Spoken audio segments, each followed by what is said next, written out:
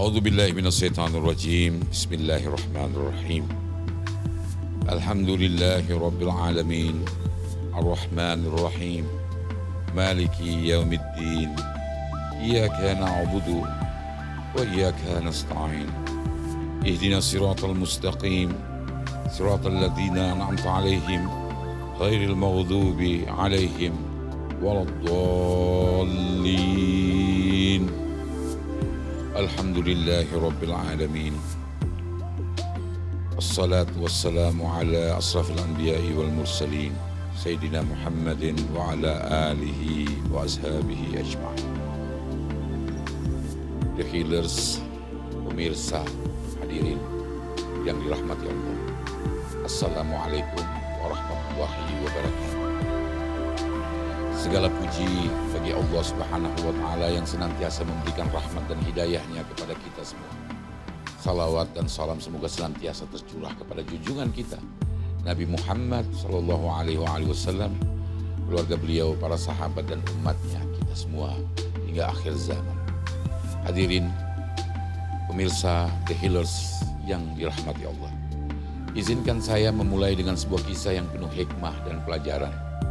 Kisah ini terjadi di salah satu masa paling berat dalam kehidupan Rasulullah sallallahu alaihi wasallam, yaitu ketika beliau berdakwah di Taif. Setelah kehilangan dua orang terkasih, yaitu Abu Thalib dan Khadijah Al-Kubra, istri tercinta, Rasulullah sallallahu alaihi wasallam pergi ke Taif dengan harapan mendapatkan dukungan dari penduduknya.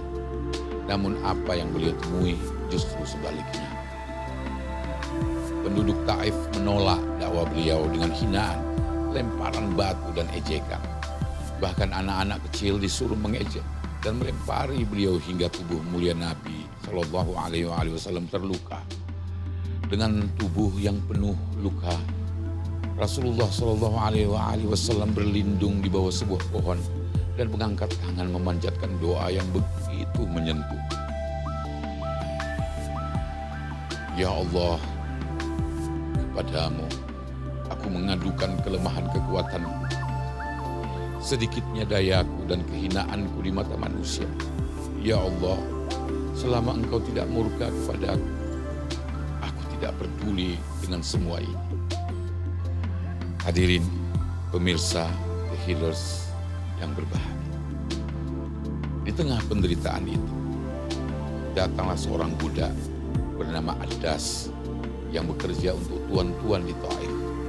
Dengan kasih sayang, Adas memberikan buah kepada Rasulullah SAW. Saat Rasulullah mengucapkan Bismillahirrahmanirrahim, sebelum memakan buah itu, Adas terkejut.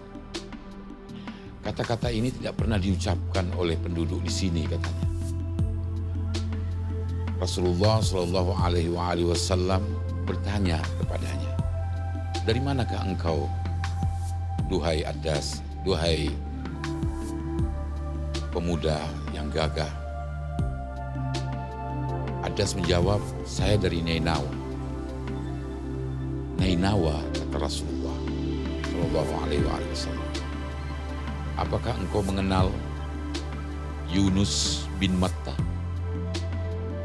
Adas terkejut dan takjub. Dia mengatakan, ya, beliau adalah Nabi Rasulullah yang diutus kepada kami. Oh, saya adalah Muhammad sallallahu alaihi wasallam. Dia menyebutkan dirinya Nabi Muhammad. Saya adalah saudara dari Yunus bin Matta. Kembali Adas memperlihatkan ketakjubannya. Aku tidak pernah mendengar orang lain menyebutkan Yunus dengan bin Mattanya itu. Berarti engkau betul adalah utusan Allah Subhanahu wa Ta'ala. Pernah beliau menyampaikan beberapa kali akan datang seorang nabi akhir zaman. Apakah engkau ini Ahmad? Kata Adas. Rasulullah menjawab, ya, saya Ahmad, saya Muhammad, saya adalah utusan Allah Subhanahu wa Ta'ala. Seketika Adas berlutut dan kemudian bersujud di hadapan Rasulullah. Rasulullah kemudian mengangkat pundaknya dan mengatakan, sudah Adas. Ya Rasulullah, engkaulah yang dikisahkan dalam kisah-kisah yang disampaikan oleh Yunus, Nabiullah, tentang manusia yang indah, manusia yang penuh rahmat, utusan Nabi yang terakhir. Jadikanlah aku hambamu, duhai manusia yang agung, duhai yang dijanjikan oleh Allah Subhanahu wa ta'ala. Rasulullah meneteskan air mata, melihat ketulusan, kesungguhan dari atas. Sungguh seluruh kejadian-kejadian yang menyedihkan yang mengiringi perjalanan beliau selama di Taif tiba-tiba hilang dari sebuah hadiah yang begitu dahsyat dari Rasulullah sallallahu alaihi wasallam. Satu orang Adas yang datang tanpa harus Rasulullah Muhammad sallallahu alaihi wasallam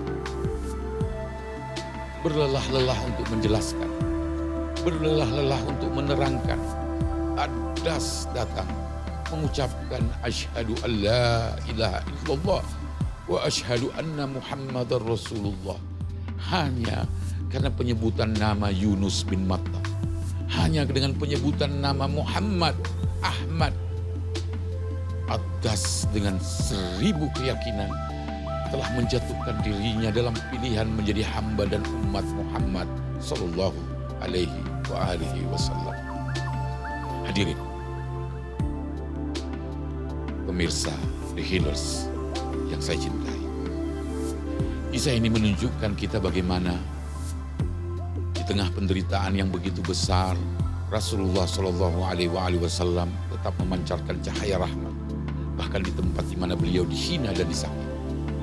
Tetapi ada satu hati yang memang tersentuh oleh keindahan Islam sejak lama, dan kehadirannya Nabi Muhammad sallallahu alaihi wasallam memperjelas, menancapkan hujah di hati orang yang memang telah diberikan hidayah jauh hari oleh Allah Subhanahu wa ta'ala. Ada 3 pelajaran besar dari kisah ini yang relevan dengan Ramadan. Yang pertama adalah sabar dalam ujian.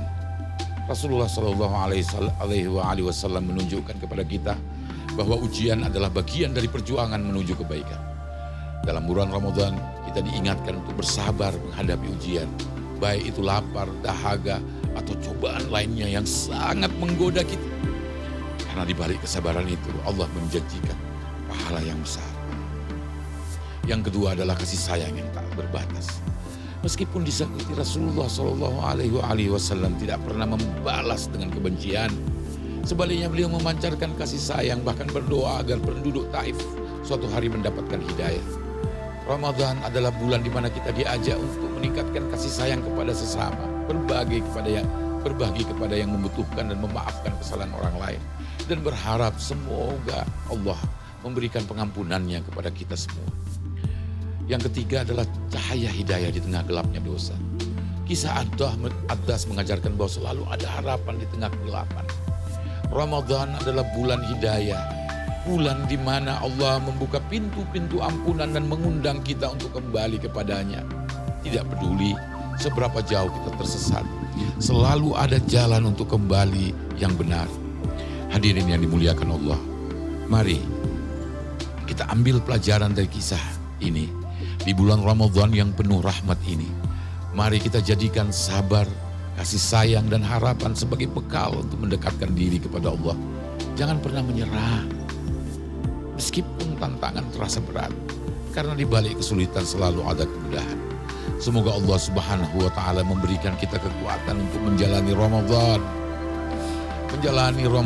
Melalui Ramadan ini dengan hati yang sabar, penuh kasih sayang dan dipenuhi cahaya keimanan. Wabillahi taufiq wal hidayah. Allahumma salli ala Sayyidina Muhammad wa ali Sayyidina Muhammad. Wassalamualaikum warahmatullahi wabarakatuh.